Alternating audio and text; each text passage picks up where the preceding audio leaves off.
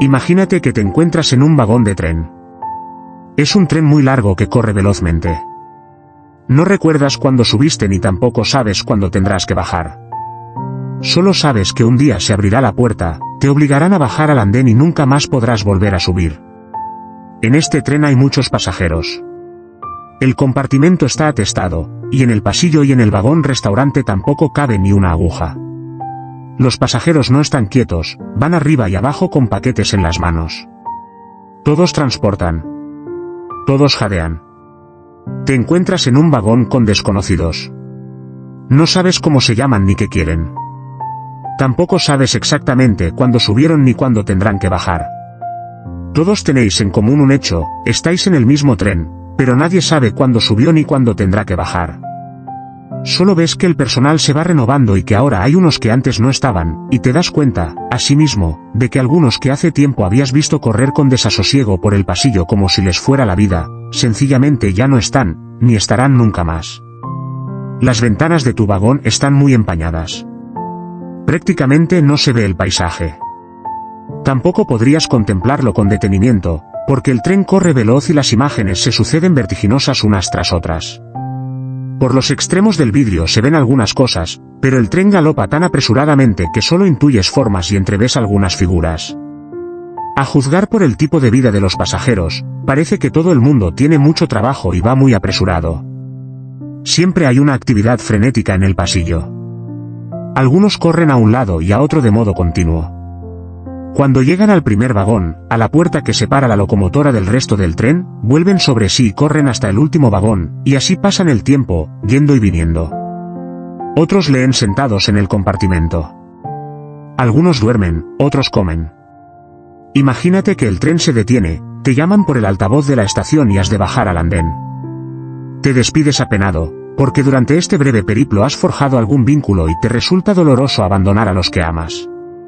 Te echas a llorar amargamente. Bajas allí y tu trayecto se acaba. De pronto te encuentras solo en una estación solitaria. Quieto por primera vez, quieto. El espanto se apodera de tu corazón. Esta pequeña alegoría puede ser útil para iluminar la experiencia de vivir.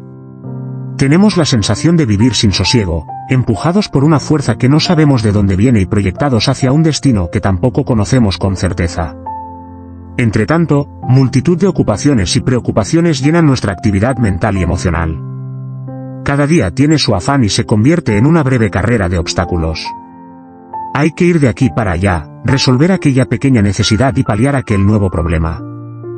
Las 1000 ocupaciones que tejen la rutina cotidiana se renuevan total o parcialmente, pero 5. Aparecen siempre otras nuevas, tan estúpidas y banales como las de ayer, pero que ocupan el tiempo vital y saturan el pensamiento.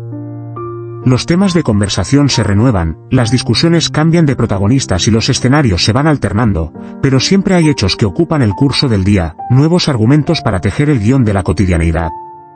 Desde que suena el maldito despertador hasta que volvemos a programarlo para mañana, los acontecimientos se suceden precipitadamente, uno tras otro. El tren circula y no se puede parar. No sirve de nada avanzar en sentido contrario porque, aunque lo intentes, no puedes detener la marcha del tren. ¿Qué sentido tiene todo esto? ¿Hacia dónde va el tren?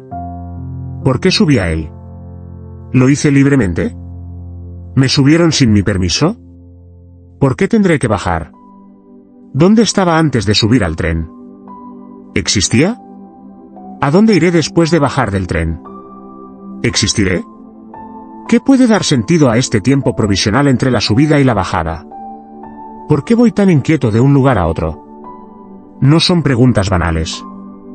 Tal vez no podemos responderlas de un modo concluyente, pero afloran en nuestro espíritu cuando, a veces, nos detenemos, cuando el pensamiento queda suspendido en un detalle que cautiva nuestra atención y que curiosamente nos transporta más allá. A veces, la realidad tiene esta capacidad simbólica de proyectarnos muy lejos hacia el pasado, hacia los escenarios de la infancia, o hacia el futuro, hacia lo que ignoramos. Quedamos como extasiados ante una flor, una voz, una palabra, una lluvia fina. Quedamos asombrados ante el rostro de una mujer, de una estrella fija, quieta en la bóveda celeste. En aquel momento perdemos la noción de nosotros mismos. La dualidad se deshace. No estamos ante la realidad. Somos la realidad. El sentido del yo se desintegra. Nos fundimos en la realidad, dejamos de ser espectadores, abandonamos el papel de analistas para ser parte de lo que observamos. Un olor, un color, una imagen, una sensación, un detalle insignificante en el paisaje sirven como pretexto para volar alto, tan alto que perdemos por un momento el sentido de la realidad y experimentamos una especie de vértigo. Durante el encantamiento, no sabemos dónde estamos, ni cómo somos, ni los demás saben dónde encontrarnos. Sabemos que estamos lejos, pero no sabemos dónde. Mientras dura el paréntesis, todo lo que es natural y obvio se vuelve extraño, diferente, y nos sentimos suspendidos como partículas de polvo en el aire. Es como una fuga de la historia, como si hubiéramos emprendido un viaje hacia un mundo insólito. Durante estos breves instantes de paréntesis, emergen preguntas extrañas, incómodas, difíciles de dilucidar. La pregunta por el sentido está íntimamente ligada a la percepción del tiempo. Al ser conscientes del paso del tiempo, de la celeridad de la vida humana y de su ineludible fragilidad, nos preguntamos seriamente qué hemos de hacer con el tiempo del que disponemos, cómo orientarlo, qué es lo que merece nuestro esfuerzo. Si tuviésemos la certeza de ser siempre, de disponer de un tiempo indefinido, de una eternidad para poder recomenzar una y otra vez nuestra existencia, para ver culminados nuestros proyectos y anhelos, el sentido dejaría de ser problemático. Entonces no experimentaríamos el desasosiego de la incertidumbre, la angustia del tiempo que pasa, porque sabríamos desde un principio que cualquier tarea, por difícil que fuera, podría realizarse a lo largo de toda la eternidad. El niño no se hace esta pregunta porque no percibe el paso del tiempo, aunque para él, el tiempo también pasa. Vive plenamente integrado en el presente, no anticipa futuros. Vive inmerso en el ahora que fluye y no proyecta horizontes ni empresas para el porvenir. Juega, llora, ríe. Vive sobre la alfombra, enlazado a los juegos que le rodean. La alfombra es su mundo, la tarde es su vida. No hay nada más, todo está en aquella habitación. No hace el papel de actor, ni tampoco el de espectador. Está como pegado al fondo natural, incorporado a la realidad. No vive el drama de la separación, de la fragmentación. No experimenta todavía la pesada carga del pasado ni siente las heridas de la memoria, porque, así de sencillo, su mente es, casi, una tabla rasa. Tampoco percibe la inquietud de un futuro incierto. Vive confiado, en armonía perfecta con el orden de las cosas. Sostenido en brazos de su madre sabe que nada le puede pasar. Está al abrigo de la intemperie. El niño es la perfecta comunión con el ahora y vive cada instante como si fuese único, porque, de hecho, sabe, inconscientemente, que es único. Como dijo Zaratustra en las 3 metamorfosis, inocencia es el niño, y olvido, un nuevo comienzo, un juego, una rueda que da vueltas por sí misma, un primer movimiento, un sagrado decir que sí. El joven afronta el futuro con energía y cree que todo está a su alcance. Es animoso, voluntarioso y en su corazón se abren las ilusiones. Se siente llamado a demostrar que es alguien en el mundo, que es superior a los demás, que tiene una singularidad, una personalidad única e irrepetible. No quiere ser la pura inercia genética de sus padres. Lucha encarnizadamente contra la mediocridad, contra lo gris, contra la repetición de patrones y modelos. No conoce todavía el límite, ni experimenta el dramático paso del tiempo. Siente, a la vez, la potencia de la fuerza espiritual, el erotismo que estalla en su carne y el temple creativo que lo impulsa a emprender grandes gestas, a embarcarse en difíciles aventuras. El mundo es suyo. Esto es lo que cree, claro. Se siente como un titán, como Prometeo, dispuesto a robar el fuego a los dioses. En la madurez de la vida, aflora de una manera radical la pregunta por el sentido. En esta etapa, se ha recorrido ya un buen tramo de vida, se han deshecho algunas ilusiones y se han culminado algunos proyectos. La debilidad empieza a hacer acto de presencia y también el temor a envejecer, a perder la autonomía personal y a volverse dependiente. Algunos compañeros han enfermado y otros ya han bajado definitivamente del tren. Por primera vez, se experimenta la conciencia del límite, del final, y esto propicia, de rebote, la pregunta por el sentido. En la madurez de los años se impone la necesidad de discernir, de separar lo que vale de lo que no vale. 7. Es la etapa vital de tomar decisiones irreversibles y de dosificar los esfuerzos, porque la fuerza espiritual y la física se debilitan. En esta fase de la vida tenemos más experiencia, más autodominio y claridad racional, pero no disfrutamos de aquella abundancia de fuerza que surge por todos los poros del alma joven. Es el tiempo de distinguir los posibles fines y jerarquizar, porque por primera vez se sabe que no todo es posible. Es en este interludio entre la juventud y la vejez cuando nos damos cuenta de que disponemos de una ocasión, la vida, para llenarla de sentido, hacerla maravillosa, vivirla con la máxima intensidad. Entonces nos damos cuenta por primera vez de que no hay retorno posible, que no se vuelve a subir nunca al mismo tren. Incluso en la sabiduría oriental que participa en la creencia del eterno retorno de todos los seres, en el círculo indefinido del nacimiento y de la muerte, en el mito oriental que fascinó el espíritu de Friedrich Nietzsche, los seres que vuelven nunca son los mismos que había anteriormente. Son diferentes, tienen otros sentimientos y pensamientos, otros lazos y otras fidelidades. El yo histórico muere, se desintegra para siempre en la noche oscura del olvido, pero aquella chispa de eternidad que había en él subsiste eternamente, porque es indestructible y transita de un cuerpo a otro, buscando la liberación definitiva. Según esta sabiduría milenaria, cada ser participa de la misma esencia intangible, del ser originario que es un todo en todos, pero el individuo concreto con sus rasgos y características personales no vuelve nunca más. De la madre eterna del ser brotan individualidades, un montón de fragmentos que buscan con nostalgia la fusión con el todo, que se precipitan fatalmente hacia la gran desmemoria, hacia la fusión en la gran danza cósmica. Este ser que vivifica todo el universo subsiste, pero el yo personal no vuelve nunca más. Llegada una edad, la de la madurez, tenemos la sensación de que las semanas se nos escapan por entre los dedos.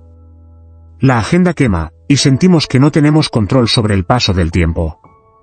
Querríamos detener algunos instantes, y hacerlos eternos en nuestro corazón, como dice el poeta Joan Maragall, pero no podemos. Desearíamos, asimismo, que algunos episodios no pasaran nunca de largo, pero pasan rápidamente, y aunque intentamos extraer todo el fondo posible, siempre nos queda el sabor amargo de la celeridad. Desearíamos que aquella cena no acabara nunca, que aquel encuentro no estuviera sometido al paso del tiempo, que en aquel beso el tren de la historia se detuviera para siempre, pero no es posible. Aquellos instantes, que con tanto deleite codiciábamos, pasan, y nos queda una especie de nostalgia agridulce. El recuerdo nos hace felices, pero la implacable lógica del tiempo nos deja un sabor amargo. Nos sentimos estupefactos y por todos lados percibimos esta celeridad del tiempo. Aquellos largos veranos de la infancia se acortan y los cursos se volatilizan sin que nos demos cuenta. Hacemos grandes proyectos, pero antes de ponernos manos a la obra, el futuro se ha convertido en presente, y el presente en un viejo achacoso que se queja. 8. Vuelve a ser Navidad, la mesa bien dispuesta, el tío uno en medio del comedor, los regalos apilados, el pesebre, el olor del musgo y las felicitaciones de Navidad. Después, Carnaval, la juerga, el disfraz, el desbarajuste que rompe la rutina ordinaria del tiempo. Luego la Cuaresma, convertida en una pura representación del pasado, depurada de su carácter ascético y penitente. Y enseguida la Semana Santa, en que se repite el éxodo masivo de las ciudades, la operación salida y la operación regreso, y entre las dos operaciones, apenas un respiro. Inmediatamente después, vuelven los proyectos para el verano, la planificación de las anheladas vacaciones, el momento más codiciado durante todo el año. Pasan tan escandalosamente rápidas que ni siquiera nos damos cuenta, y la rutina laboral vuelve a instalarnos de nuevo en las colas matinales para entrar en la ciudad. Allí estamos todos otra vez, saturados, esperando el primer puente de octubre. Sin darnos cuenta, las escuelas abren sus puertas, las carteras nuevas, los nuevos horarios y las batas que se han de lavar cada viernes. Todo vuelve una y otra vez en un círculo que parece eterno, pero no lo es. La rueda del tiempo da vueltas sobre ella misma. Una estación conduce a otra y el día y la noche se van alternando en una carrera imparable. El círculo ya giraba antes de que nacieras y seguirá girando después de tu muerte. Has de entrar un día, el día de tu nacimiento, y saldrás disparado, impulsado por la fuerza centrípeta, el día de tu muerte. Entonces ya no volverá ni la Navidad, ni el Carnaval, ni la Cuaresma, ni las estaciones que se encadenan cíclicamente una tras otra. El círculo eterno gira una y otra vez sobre el mismo eje, pero tú no eres el mismo del año pasado. Durante aquel año, has vivido nuevas experiencias que han dejado pozo en el fondo del alma. No se trata, pues, de un círculo vicioso. En cada nueva vuelta hay alguna novedad, un nuevo encuentro y nuevos aprendizajes que amplían el bagaje interior. Nada pasa en vano. Has envejecido un año. Un año de tu vida ha desaparecido para siempre y no volverá. El tiempo es irreversible. Te gustaría que el año maravilloso no pasara nunca y desearías, en cambio, que el año horrible se evaporara velozmente. No puedes controlar ni dominar el paso del tiempo. Algunos querrían instalarse de modo indefinido en la juventud, pero aun con todos los esfuerzos, no pueden mantenerse permanentemente en aquel estado y se ven forzados a pisar otro territorio, el de la madurez. Otros se lamentan de ser ancianos, y sienten añoranza por aquel cuerpo fuerte que tenían en la plenitud de los años. Vives en el tiempo, pero el tiempo no te pertenece. Te formas a lo largo del tiempo, pero el tiempo también anuncia el último suspiro. La historia individual se trenza a partir de una cadena de experiencias, de encuentros, de sobresaltos. Eres la resultante de esta configuración. Todo lo que nos pasa, nos forma, amplía nuestro horizonte mental y 9. Engrosa nuestro ser. No aprendemos instantáneamente. Aprendemos a lo largo de una sucesión de momentos, de sobresaltos y contrariedades que estimulan la imaginación y la inteligencia práctica. Al contrario de lo que se afirma en el lenguaje coloquial, no poseemos los años ni son propiedad nuestra. Los podemos contar, pero no los podemos comprar ni vender, ni los podemos administrar como si fuesen bienes materiales. Podemos ahorrar tiempo e incluso podemos malbaratarlo en actividades fútiles que no llenan nuestras aspiraciones. Empleamos las expresiones, ganar tiempo, y perder tiempo, pero, de hecho, son expresiones equívocas, porque por mucho que nos obstinemos, no podemos prolongar el tiempo vital. Podemos, sí, alargar extraordinariamente la actividad vegetativa del cuerpo con métodos desproporcionados, pero, en el fondo, esta iniciativa solo manifiesta una incapacidad para asumir el propio límite y el final natural de todo ser vivo. Tampoco tiene sentido decir que perdemos el tiempo, porque solo se puede perder lo que se tiene como posesión. Perdemos, por ejemplo, objetos, cosas, propiedades, y también bienes inmateriales, como las facultades del alma, la memoria, la imaginación, la lucidez, o bien estados que antes bullían en nuestro interior y que se han extinguido, como el entusiasmo, o bien la ilusión, pero el tiempo no lo podemos perder, porque nunca lo hemos tenido como patrimonio. En el fondo, lo que estamos diciendo cuando utilizamos esta expresión es que el tiempo que hemos dedicado a una actividad, a una determinada tarea, ha sido inútil, que no ha recogido las expectativas o que sencillamente no ha dado fruto. Entonces nos sentimos desamparados, porque vemos que este tiempo se ha perdido y, además, de modo definitivo. No volverá nunca más.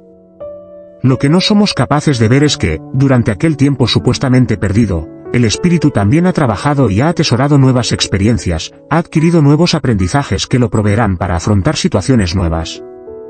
El río no muere cuando atraviesa una llanura, forma un meandro, parece que se detenga, que se extinga, pero después, en la próxima bajada, vuelve a fluir con fuerza. El tiempo que se vive con sentido no se pierde nunca, pero el tiempo que se dedica a una actividad estúpida es un tiempo perdido, vacío. Por eso hay una íntima relación entre la pregunta sobre el sentido y la percepción del tiempo. Quien vive su vida con ilusión, porque es feliz con lo que hace y llena su cotidianidad, no entiende que pierda el tiempo.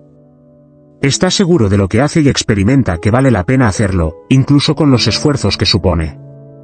Quien ha visto realizado el sentido de su vida no tiene miedo de la muerte, porque ha dispuesto del tiempo necesario para ver fructificar sus esfuerzos, pero quien se siente vacío en su vida y experimenta que nada de lo que hace acaba de llenarlo, vive la muerte como una amenaza, como un ultimátum. El tiempo es un bien inmaterial que está fuera de nuestro dominio, un tesoro intangible, precioso, que no podemos conservar de manera indefinida por cuidadosos que seamos con él. Podemos retrasar los efectos del envejecimiento, podemos estirar la piel y disimular la flacidez de la carne, podemos atenuar la decrepitud, disimularla, pero el tiempo no nos pertenece, ni tampoco está bajo nuestro arbitrio. Los años vienen para irse definitivamente. No vienen para quedarse, no los atesoramos como piezas de un coleccionista. Cuando decimos de alguien que tiene 80 años, lo que de hecho estamos diciendo es que ya ha vivido irremisiblemente 80 años, que ha visto cómo pasaban 80 navidades, 80 primaveras, 80 veranos, 80 otoños. En realidad, no tiene nada, no posee nada, es la columna vertebral de un espíritu que se ha ido cultivando día tras día y que, si ha estado atento, ha ganado en penetración y también en profundidad. Los años vienen para irse, no se quedan con nosotros. Queda un pozo, una constelación de experiencias que nos sirven para afrontar, con inteligencia y sagacidad, el futuro. Esta sabiduría que dan los años es la raíz de la autoridad educativa. Podemos enseñar a vivir porque hemos tocado los claroscuros de la vida. De algunas vivencias solo nos queda un vago recuerdo, casi imperceptible. Las horas pasan, y a través de ellas, nosotros. Nos pisan y nos marcan el espíritu y la carne. Dejan huella en la piel. El tiempo avanza y, a su paso, avanzamos también nosotros. 11. 2. ¿Por qué vivimos? La más inquietante de las preguntas. 12. Hay momentos especialmente punzantes en los que la pregunta por el sentido escuece muy adentro. Son momentos inquietantes, pequeñas rupturas en la linealidad del tiempo. Como expresó el sagaz Michel Montaigne, la vida humana no es una pura continuidad de acontecimientos que, ordenadamente, se suceden unos a otros. No es una pura mecánica ni un proceso automático. La incertidumbre hace acto de presencia. También la novedad o lo inesperado sacude el pequeño cosmos que, con tanto esfuerzo, procuramos edificar día a día. El desorden nos atemoriza porque, cuando irrumpe, nos sentimos inseguros, vemos amenazado nuestro pequeño cosmos personal. Es verdad que muy a menudo la rutina nos agobia, pero la echamos en falta cuando los referentes cotidianos se desmoronan. La vida es ondulante, hay cimas y hondonadas, ascensos y descensos, rupturas, despedidas y reencuentros, movimientos sísmicos, principios y finales. Aunque nos obstinamos en poner orden, sentido y concierto, el caos hace acto de presencia y nos exige nuevos esfuerzos y una tenaz y decidida voluntad para darle un sentido, para hacerla inteligible. Cuando por estos intersticios de la vida se filtra la incertidumbre, todo aquello que era claro y evidente por sí mismo deja de serlo. Todos aquellos parámetros que, hasta aquel momento, habían servido para organizar y justificar la actividad diaria se vuelven problemáticos. ¿Y si no fuera tan valioso aquello que hasta ahora habíamos venerado? ¿Y si no valiera la pena tanto esfuerzo? Durante estos breves paréntesis lo que supuestamente da sentido a los días deja de tenerlo, lo que llena de valor la existencia empieza a perderlo. Hay circunstancias que propician el interrogante por el sentido. Aquella pregunta no aflora espontáneamente, necesita unas condiciones ambientales para que emerja. Como pasa con la escarcha matinal, se precisa una situación climatológica para que, con el alba, los prados se despierten tapizados de blanco. Nadie se pregunta por el sentido de la vida cuando su vida transcurre de una manera plena y armónica. Hasta aquel momento, la persona vive plenamente identificada con los papeles que le toca desempeñar. No percibe la dualidad, no se pone a distancia, no se somete a autoanálisis.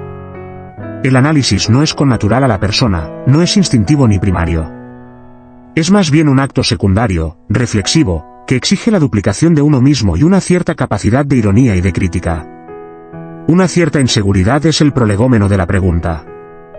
Cuando una persona vive su vida con total garantía, no se hace la pregunta por el sentido.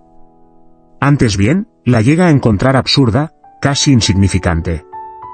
Pero cuando el veneno de la duda se ha infiltrado en el alma, el análisis empieza a hacer acto de presencia. La mente analítica es el resultado de una mente perpleja que busca nuevas evidencias tras poner en cuestión las últimas. 13. En determinadas ocasiones, el actor se encuentra a disgusto haciendo el papel que ha ejercido hasta entonces de un modo inercial.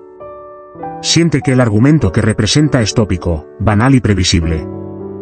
La vida se le presenta cuesta arriba y no puede imaginar repetir la misma cantinela hasta que el cuerpo aguante.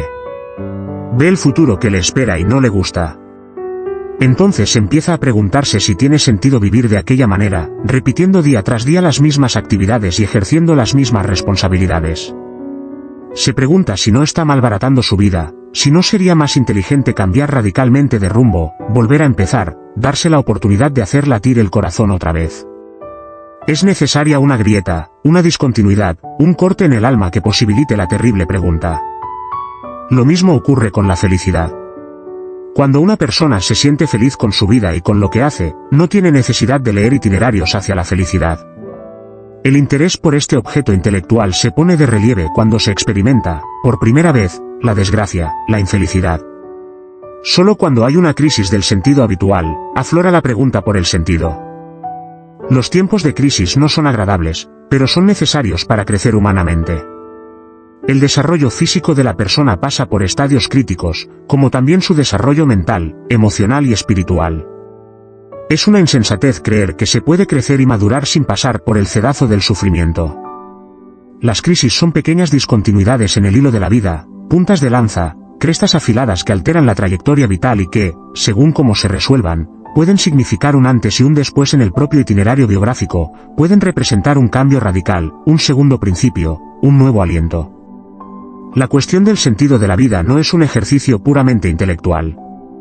No es una especie de pregunta filosófica que atañe solo a un tipo concreto de personas, los filósofos. No tiene nada de abstracto.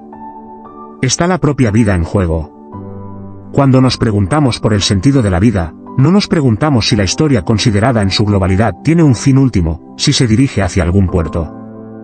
Preguntamos, directa y claramente, ¿qué es lo que puede llenar de sentido la propia vida, que puede dotarla de valor? La primera pregunta, la de la orientación última de la historia, es, en esencia, filosófica y excede con creces los límites del ser humano individual. La segunda, en cambio, es netamente personal. Siguiendo el símil del tren, podemos preguntarnos hacia dónde va el tren, pero esta pregunta todavía no resuelve la que, en realidad, preocupa a nivel existencial: ¿qué dará sentido a mi vida mientras dure mi estancia en el largo y acelerado tren de la historia? Tenemos derecho a pensar, razonablemente, que la historia colectiva tiene un sentido y que no es una retahíla de casualidades y de calamidades. Es maravilloso creer que el mundo no es fruto del azar y de la necesidad, pero no hay forma racional de demostrarlo de forma categórica. Podemos esperar que el sentido individual armonice, 14. De manera invisible, con el sentido final de la historia. Podemos esperar que nuestra pequeña participación en la historia no haya sido en vano, pero no tenemos ningún motivo para creer que el sentido individual se corresponda con el sentido último. La pregunta por el sentido de la propia vida no suele plantearse mientras todo va bien. Aflora, decíamos, cuando aparece una fractura en la continuidad de las cosas. Cuando se rompe una ilusión, cuando pasa algo que no esperábamos, cuando se frustran las expectativas, cuando fracasamos, cuando enfermamos, cuando la vida revienta el dique de la racionalidad, nos preguntamos por el sentido que tiene el esfuerzo. Esta inquietante cuestión hace acto de presencia cuando hemos probado, aunque sea por casualidad, el amargo sabor de lo absurdo, del esfuerzo estéril, de la lucha inútil. Cuando la respuesta no tiene lugar, nos preguntamos por el sentido de lo que hacemos. Cuando hemos puesto mucha energía en un objetivo y no se ha hecho realidad, o bien su realización no nos ha llenado como esperábamos, empezamos a cavilar sobre el sentido que damos a la vida, a las acciones, a los esfuerzos. Cuando fracasamos, sentimos como emerge, con fuerza, la pregunta por el sentido. Mientras los proyectos llegan a buen puerto y las relaciones afectivas tienen éxito, no aparece la pregunta por el sentido. Pero cuando un vínculo empieza a hacer aguas o un trabajo que ha costado muchos sacrificios no da buen resultado, nos preguntamos, en el fondo, ¿qué sentido tenía todo aquello? Cuando un proyecto que había ocupado nuestra mente durante tiempo se frustra, la pregunta por el sentido se presenta con toda su fuerza. El fracaso, pues, tiene una dimensión positiva.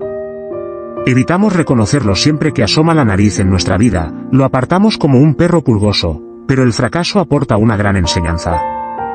Es, al fin y al cabo, una ocasión para crecer, para ejercer la autocrítica y analizar dónde nos equivocamos. Es una experiencia para descubrir la inmensa virtud de la humildad. Es, en definitiva, un momento oportuno para detectar los límites de la propia condición y para forjar nuevos proyectos desde la experiencia pretérita. Esconder el fracaso o simular que todo va bien para evitar cambiar es una manera de esconder la cabeza bajo el ala, de reiterar los mismos errores y de vivir en una permanente insatisfacción. Además del fracaso individual, hay otras situaciones que conmueven y propician la pregunta por el sentido de la vida. La injusticia del mundo, el sufrimiento de los inocentes, la impotencia de la buena gente, las víctimas de la crueldad, la dureza de tantas vidas, en definitiva, las múltiples expresiones de la herida del mundo son pretextos que suscitan la pregunta por el sentido.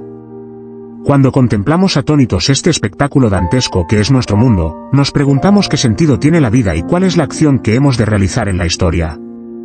Cuando percibimos la proximidad de la muerte, la pregunta por el sentido se hace más virulenta que nunca. Entonces nos damos cuenta de que no somos autosuficientes, que nuestra naturaleza es frágil, que, en este gran escenario del mundo, estamos un 15. Tiempo, muy efímero, y, además, lleno de interrupciones y de preocupaciones. Estas experiencias nos abren la puerta hacia lo que es esencial. Las personas que, por experiencia personal, han vivido la proximidad de la muerte, han acariciado el umbral del otro mundo, sienten la necesidad de repensar en serio el tiempo de vida que les queda. Planifican bien el futuro, valoran cada tarde y cada noche, cada beso y cada abrazo. Saben que cada beso es el último beso y que cada abrazo es el último. Puede que haya otros, es verdad, pero aquel ya no volverá nunca más. Formará parte del museo de la memoria personal. Hay personas que, después de un accidente casi mortal, empiezan a vivir de otra manera, valoran el pasado y aprenden a disfrutar de cada hora como una ofrenda del mismo cielo. Aprenden a relativizar los absolutos de la vida pasada y ríen con más alegría. Disfrutan de las pequeñas cosas y, sobre todo, no se enfadan por necedades. Buscan la belleza como la planta busca instintivamente la luz, y cuidan sus vínculos con la misma delicadeza que un orfebre. Reflexionar sobre la propia muerte es tomar el camino hacia una vida llena de sentido. Parece de mal gusto tener que pensar en ella, pero es la ocasión para rediseñar de nuevo el proyecto vital. Meditar sobre la propia ausencia es la ocasión de oro para valorar, más a fondo, esta presencia que aquí y ahora disfrutamos. No sirve de nada lamentarse a posteriori de todo aquello que no se hizo o no se dijo cuando se podía hacer y decir. Quien tiene plenamente incrustado en su ser el horizonte de la ausencia futura, vive abrazado al presente que se manifiesta aquí y ahora, y trata de extraer todo el néctar de la vida. La futura ausencia da más valor a la presencia que aquí y ahora se manifiesta. Después de nuestra muerte, se abrirá un inmenso vacío en el corazón de las personas que amamos. Un socavón en su alma, pero el resto ni siquiera percibirá que ya no estamos, porque tampoco se dio cuenta nunca de que estábamos. El mundo seguirá su curso habitual después de nuestro último suspiro. Al día siguiente las entradas de la ciudad se volverán a colapsar. La última teleserie ocupará la mente de nuestros conciudadanos y seguro que otros ídolos deportivos encenderán el entusiasmo de las masas. Todo seguirá su curso, pero nosotros ya no estaremos. Esta será la diferencia. Hay otras experiencias que suscitan la pregunta por el sentido. Hay tres que, por motivos estrictamente personales, han sido especialmente significativas en el curso de mi vida. La contemplación del cielo estrellado, el clamoroso silencio de la naturaleza, y la música que eleva el alma hacia la esfera más alta del mundo espiritual. Si has vivido la experiencia de estirarte sobre un prado en una noche de verano y contemplar, en soledad, la inmensa cúpula del cielo estrellado sobre tu pequeño e insignificante cuerpo, reconocerás el valor que tiene esta experiencia y cuán profunda es. Cuando tienes los ojos clavados en la cúpula celestial, te cautivan los miles de estrellas. 16. Que titilan a años luz de tus ojos. Te fascinan las remotas constelaciones que se intuyen más allá de todo y las estrellas fugaces que se precipitan en la oscuridad. Te sientes pequeño, una minúscula partícula de polvo. Después de contemplar un rato el inmenso cuadro celestial, emergen, como chorros de agua, preguntas inquietantes. Te sientes acosado por cuestiones que, hasta aquel momento, te eran desconocidas. ¿Qué pinto yo aquí en medio? Resuena una voz en tu interior. ¿Soy una pura casualidad de la materia viva? ¿Qué sentido tiene esta vida? ¿Soy una brizna de eternidad que busca a ciegas la ternura infinita de una madre eterna? ¿Hay alguien más que se sienta tan perdido como yo? ¿Todos estamos perdidos? ¿Alguien me mira y vela por mí? ¿Quién soy yo para que alguien se acuerde de mí? Y, si hay alguien que vela por mí, ¿por qué me encuentro tan solo? El desconcierto se apodera del contemplativo veraneante, y de pronto, se levanta del prado y vuelve, con paso ligero, hacia el campamento. Atenazado por cuestiones que no sabe responder, enredado en debates insolubles, vuelve junto al fuego donde todavía corre la bota de vino y sopla alguna armónica. El corredor de fondo que explora caminos en el bosque y senderos desconocidos también vive experiencias que propician, en el fondo de su ser, la pregunta por el sentido. Después de correr por senderos escarpados y por umbrías hondonadas, se pregunta qué relación guarda con aquellos seres que le rodean. Se siente naturaleza, forma parte del todo, pero también se percibe como arrancado de la naturaleza en la medida en que toma conciencia de sí mismo. La conciencia es separación, éxodo y distancia. Exiliado de todo y de todos, busca en ella algún indicio que le permita encontrar respuesta a la pregunta, pero la naturaleza se muestra muda, eternamente muda. Ningún indicio, ningún atisbo, ningún signo aquieta el corazón del corredor preguntón. Todos los esfuerzos son estériles. En vano pregunta el corredor de la naturaleza. No obtendrá ninguna respuesta por parte de ella. En la naturaleza, todo sigue su curso. La lucha diaria por la supervivencia de las especies se repite de modo indefinido y las estaciones, de ciclo en ciclo, se van sucediendo unas tras otras. El ruidoso silencio de la naturaleza es difícil de digerir. El corredor contemplativo espera alguna luz, alguna sabia lección de parte de ella, pero todo es mudo, terriblemente silencioso. En los seres naturales no hay duplicación, ni apartamiento del mundo, ni toma de conciencia. Todo es tal como se muestra. La planta se manifiesta en su exuberancia y no esconde nada para sí misma. Exterioridad e interioridad son la misma cosa. No esconde ningún secreto para sí. Edith Stein, perspicaz observadora, lo expresa de manera maravillosa. La falta de conciencia es una característica esencial de la planta. Todo su ser se ordena a manifestar en una figura visible lo que es. No está abierta hacia adentro, no existe por sí misma, no vive en sí misma.